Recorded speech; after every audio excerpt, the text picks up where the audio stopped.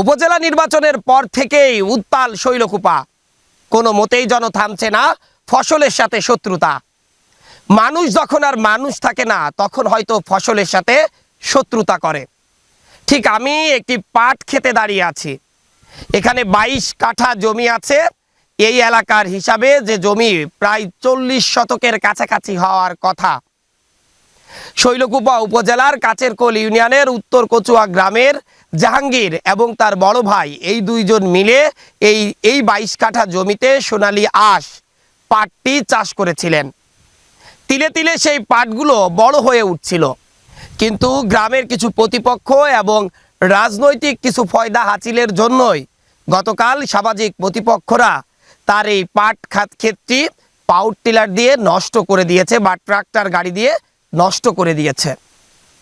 কথা হচ্ছে একটাই, শৈলকুপায় যাই ঘটুক না কেন, হয় ঘরবাড়ি ভাঙচুর করা হয় নতুবা ফসলের সাথে শত্রুতা করা হয়। সারা দেশের মানুষ যখন শিক্ষা দীক্ষায় এগিয়ে যাচ্ছে তাদের মনুষ্যত্বের দিক দিয়েও, তখন কেন যেন পিছিয়ে যাচ্ছে শুধু শৈলকুপার মানুষ। এভাবে কোনো মানুষ আসলে ফসলের সাথে শত্রুতা করতে পারে তা দেখলে কিন্তু বিশ্বাসই করা যায় না। গত কয়েকদিন আগে দেখিয়েছিলাম যে 1700 পেঁপে গাছ কেটে দিয়েছে সামাজিক প্রতিপক্ষরা। আজ আবার একটি ক্ষেতে দাঁড়িয়ে আছি, দেখছেন যে এই ক্ষেতের যে অবস্থা তাতে কিন্তু আসলে এখানে প্রচুর পাট ছিল এবং জানেন যে বর্তমান কৃষি উপকরণের দাম আকাশচুম্বী।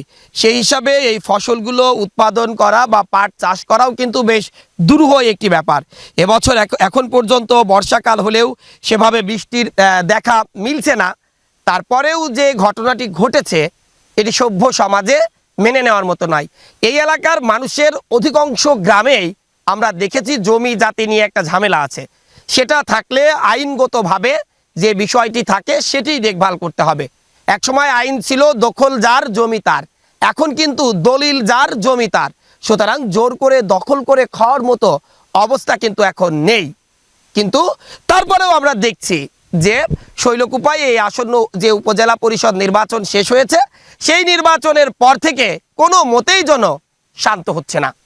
আমরা চাই এই শৈলকুপা শান্ত হোক এবং শৈলকুপার সাধারণ মানুষ যারা আছেন তারাও এই গ্রামের মডল মাতব্বরদের হাত থেকে অন্তত পক্ষে রক্ষা চান।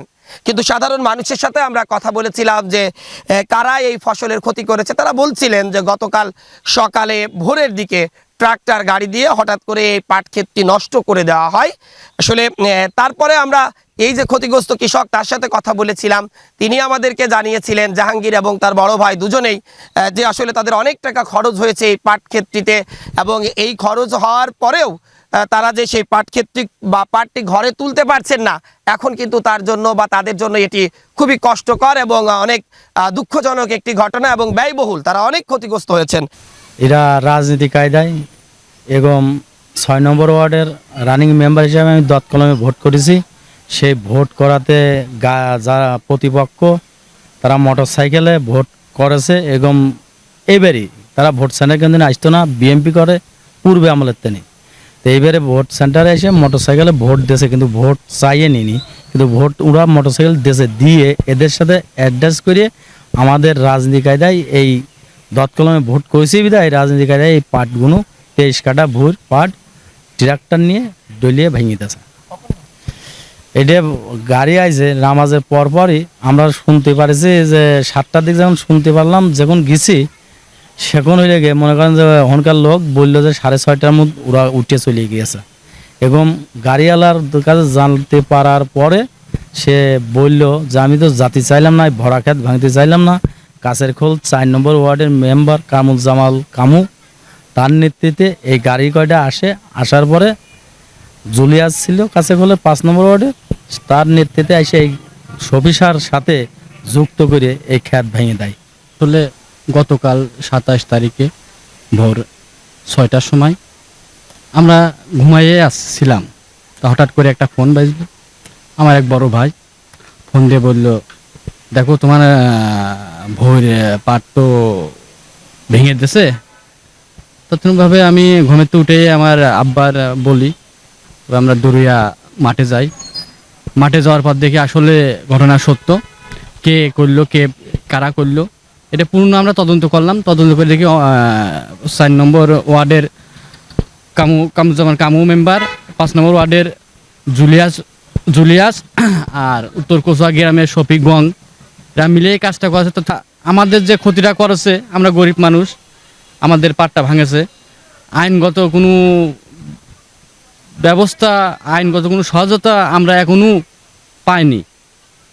তা আইনগতভাবে আমরা জরুরিভাবে আসামি যারা আমার ক্ষয়ক্ষতি করেছে তাদের আইনের আওতায় নিয়ে আসে কঠোর থেকে কঠোর মতো শাস্তি আমি দাবি করতেছি। শুনতে পেলাম যে কচুয়ার মাঠে শফি নামে এক ব্যক্তি কিছু মানুষের সহযোগিতায় 23 কাঠা জমির পাট নষ্ট করে দিয়েছে। তো আমি সরজমিনে যে দেখলাম, আসলে এটা কোনো ব্যক্তির ক্ষতি করা না, এটা দেশের ক্ষতি করা। তো আমি এদের আইনের আওতায় এনে তাদের বিচারের দাবি জানাই।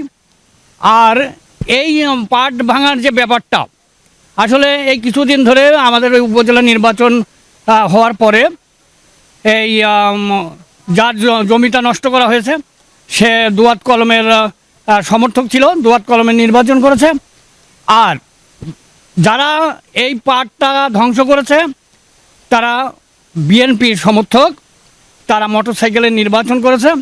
আর এই সুযোগের মোটরসাইকেল যখন জয়লাভ করেছে তখন আসলে এই ফসলের ক্ষতি এবং আজকের এই কচুয়া মাঠে যে ক্ষতি ফসলের, এই নির্বাচন শেষ হওয়ার পরেই আমার কাছেরকল ইউনিয়নের কয়েকটি গ্রামের কলা গাছ, এই ফসল ধ্বংস, এই ভ্যান চুরি, এইরকম ঘটনা নিত্য নৈমিত্তিক ব্যাপার। এই জন্যেই আমি প্রশাসনের কাছে দাবি জানাই যে এই শফিকে আইনের আওতায় এনে তাকে বিচারের কাঠগড়ায় দাঁড় করানো উচিত এবং তার ইন্ধনদাতাদের আইনের আওতায় এনে বিচার করা উচিত। সোনালী আঁশ পাটের দাম এবছর কিন্তু সরকার আরও বৃদ্ধি করেছে। সেই হিসাবে এই 22 কাঠা জমিতে অনেক টাকার পাট ছিল। তারপরেও যে কয় টাকারই ক্ষতি হোক, এই যে একটা বিশৃঙ্খলা হলো বা সামাজিক অবক্ষয় হলো, আইন শৃঙ্খলা অবনতি হলো, এটা নিয়ে কিন্তু গ্রামে অনেক কিছু ঘটে যেতে পারে। মারামারি, হানাহানি, মানুষের প্রাণহানির মতো ঘটনাও কিন্তু শৈলকুপায় দেখেছি। তাই এই ঘটনা যারাই ঘটাক না কেন, প্রশাসনের পক্ষ থেকে আশ্বস্ত করা হয়েছে যে ইতিমধ্যে আসলে পুরো যে এরিয়াটি আছে নিশ্চিদ্র নিরাপত্তার চাদরে মোড়ানোর ব্যবস্থা তারা করছেন এবং এই ঘটনায় তারা একটি অভিযোগও পেয়েছেন। পরবর্তীতে আসলে তদন্ত সাপেক্ষে তারা আরও বিস্তারিত তথ্য জানাতে পারবেন। তবে আমি বলতে চাই এই কথাটি যে আসুন আমরা আইনের প্রতি শ্রদ্ধাশীল হই। যদি কোনো ঘটনা ঘটে অবশ্যই আইন শৃঙ্খলা রক্ষাকারী বাহিনীর দ্বারস্থ হই এবং আইন যেটা করে সেটা মেনে নিতে শিখি।